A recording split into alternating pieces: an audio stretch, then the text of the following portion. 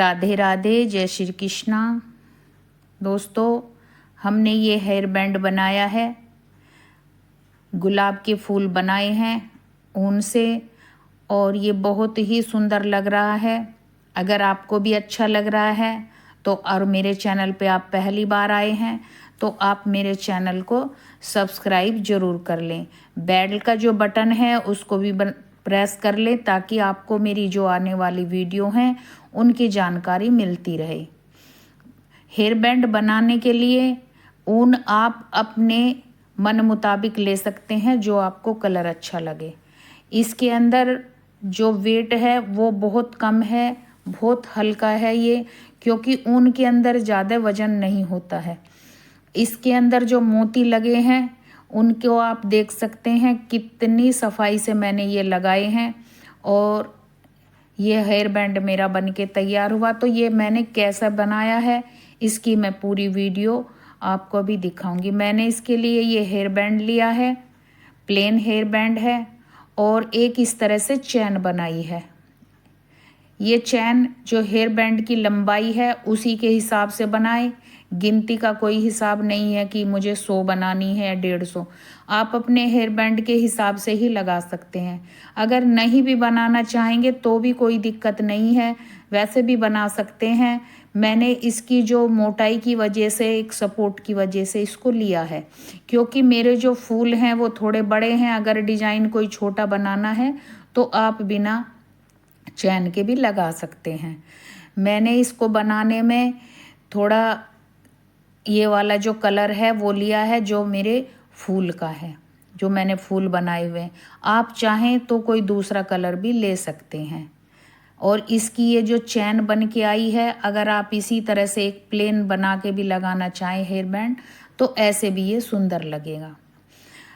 दोस्तों, इस तरह के क्रोशिया का जो काम है, आपको अगर क्रोशिया चलाना आता है, और अब गर्मियों की छुट्टी हैं, बहनों को टाइम मिल जाता है, तो इस तरह से आप भी इस तरह के जो क्रोशिया का काम है वो आप भी करते रहें। इसके लिए मैंने 3 फूल बनाए हैं, तीनों फूल बिल्कुल अलग अलग बनाए हैं, और अब ये इसमें से मुझे इसमें ही लगा देने हैं। दोस्तों, इस तरह का जो हेयर बैंड है ये बच्चे का है, इससे थोड़ा बड़ा आता है, आप बड़े में भी लगा सकते हैं। लेकिन ये हेयर बैंड बहुत बड़ा नहीं है, ये मैंने एक बच्चे के हिसाब से बनाया है। और इसकी जो हेयर बैंड की आप देख रहे हैं गोलाई, ये बिल्कुल इस तरह से भर जाएगा, बच्चे के पूरे ही हेयर के जो ढक जाएंगे, ऊपर से जगह खाली नहीं बचेगी। इस तरह से मैंने बनाया है। मैं आपको भी इसके बारे में जो हमने फूल तैयार करा है हेयर बैंड बनाने के लिए, उसको कैसे तैयार करते हैं उसके बारे में मैं आपको बता देती हूँ। जो मैंने ये हेयर बैंड के लिए गुलाब का फूल बनाया है, 2 कलर मैंने इसमें लिए हैं। तो इसमें बनाने के लिए नीचे मैंने 83 चैन बनाई थी, फिर हाफ डबल क्रोशिया बनाया है। हाफ डबल क्रोशिया बनाने के बाद फिर ये हाफ डबल क्रोशिया बनाया है, तो ये 80 बने हैं।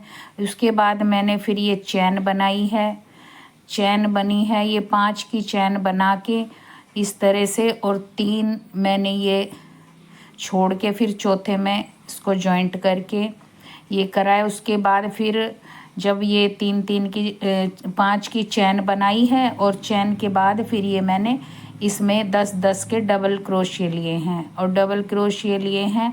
तो फिर उसके बाद ये मैंने जो बनाए हैं, ये इसके बने हैं, जो फूल बने हैं ये बने हैं 20 फूल बने हैं। और 20 फूल से बहुत ही प्यारा इसका फूल बनेगा। ये धागा है जो मैंने सिलाई के लिए छोड़ दिया है। वैसे मेरी पूरी वीडियो मेरे चैनल पे पहले से ही बनी हुई अपलोड मैंने कर रखी है गुलाब के फूल के लिए। तो अब हमने क्या करना है कि इसके ऊपर इस तरह से मोती की लेस बनानी है। बहुत छोटे छोटे मोती हैं, और इसका बहुत बारीकी से काम है। तो हम इसकी जो यहाँ से इसकी जो ये पिंक है और डार्क पिंक के बीच में जो ऊपर की लेस है, इसके ऊपर मोती लगाएंगे। तो मोती जो लगाने हैं हमें, वो हम धागे से लगाएंगे, सिलाई करेंगे। हमने ऐसा नहीं है कि चिपकाना है, चिपका के भी लगा सकते हैं, लेकिन जब हम कोई भी काम ऐसे करते हैं चिपकाने का तो वो छूट भी सकते हैं। लेकिन हमने डबल धागा लिया है और बहुत ही बारीक जो है हमने सुई ली है, क्योंकि मोती जो है आप देख सकते हैं कितने बारीक हैं। तो बहुत ही बारीक सुई ली है और बहुत ही बारीकी से इसका काम होगा। चाहे तो आप चिपका भी सकते हैं, लेकिन चिपकाने से जब हम धोते हैं तो वो छूट जाते हैं। लेकिन हमें ये जो है सुई से ही लगाना है, और सुई से भी इस तरह से लगाना है जैसे कि हमने इस तरह से लिया है। और ये फिर जितने भी मोती हैं हर एक मोती के साथ हमने इसको जॉइंट करना है। अगर नहीं करेंगे तो फिर ये बीच में से खुला रह जाएगा। इस तरह से हमें ये जो हमने मोती लिए हैं, जैसे कि इसमें 4 मोती हैं या 5 मोती हैं, तो पूरे ही मोती को इस तरह से लेना है और एक एक मोती के साथ में उसको इस तरह से जॉइंट करना है। तभी ये बहुत अच्छे से मजबूताई से बन जाएगा। और आप देख सकते हैं कि इसका जो इस तरह का हमने इसको हर एक मोती के साथ से इस तरह से जॉइंट करना है, ताकि ये एक जगह ही सेट रहे और हिले नहीं। धागा बहुत बारीक है, इसलिए काम भी बहुत ही बारीकी से करना पड़ रहा है।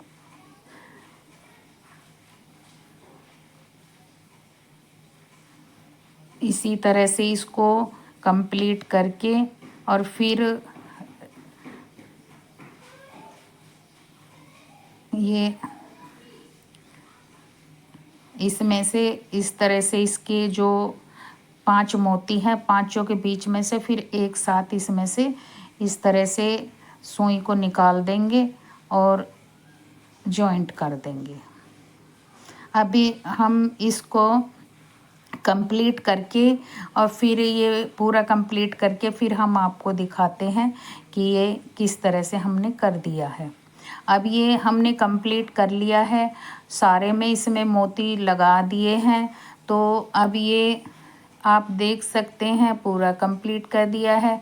अब यहाँ पे लास्ट में हम कुछ मोती जो रह रहे हैं उनको लगाते हैं। इस तरह से हमने ये भी मोती इस तरह से बिल्कुल बारीक बारीक पिरो के लगाए हैं।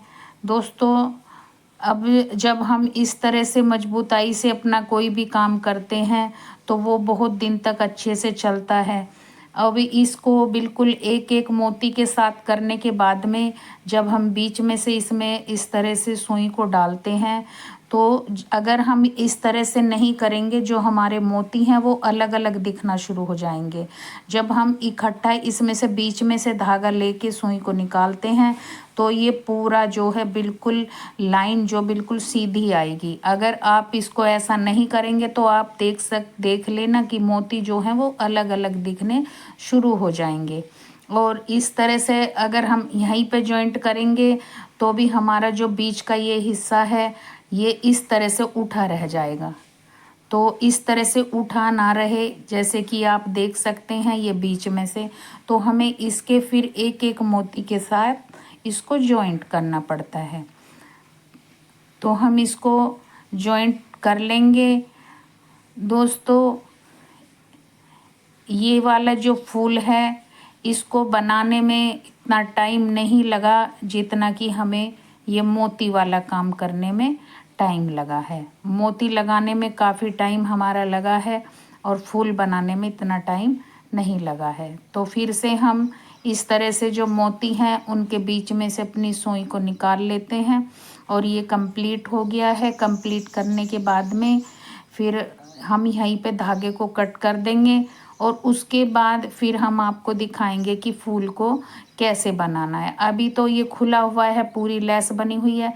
अब हम इसको बनाएंगे तो हमें जो है इसको मोड़ना है सीधी तरफ से। जिधर से इसका फूल सीधा है उसी तरफ से हमको इस तरह से इसको मोड़ के लाना है। और जो हमारा नीचे का जो हमारा हाफ डबल क्रोशिया था उसी के साथ साथ से इसको वापस उल्टा मोड़ के इस तरह से हमें करना है। अगर हम सीधी तरफ से करेंगे तो वो अच्छे से आपको दिखाई नहीं देगा, तो हम इसको उल्टी तरफ से करेंगे तो ये बहुत आसानी से इस तरह से हमारा फूल बन के कंप्लीट हो जाएगा। फूल को कंप्लीट कर लिया है, तो अब हमने क्या करना है कि इसकी सिलाई करनी है।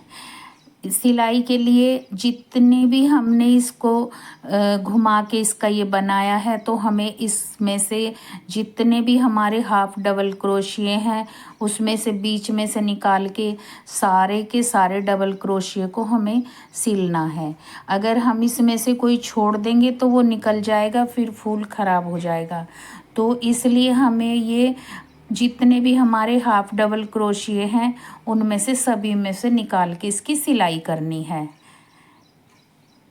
आप देख सकते हैं हमारे सारे जितने भी डबल हमारे क्रोशिए हुए थे उनमें से मैंने सब में से इनको ऐसे निकाल दिया है। तो अब ये बिल्कुल भी हिलने वाला नहीं है और ये बहुत ही मजबूताई से कंप्लीट हो जाएगा।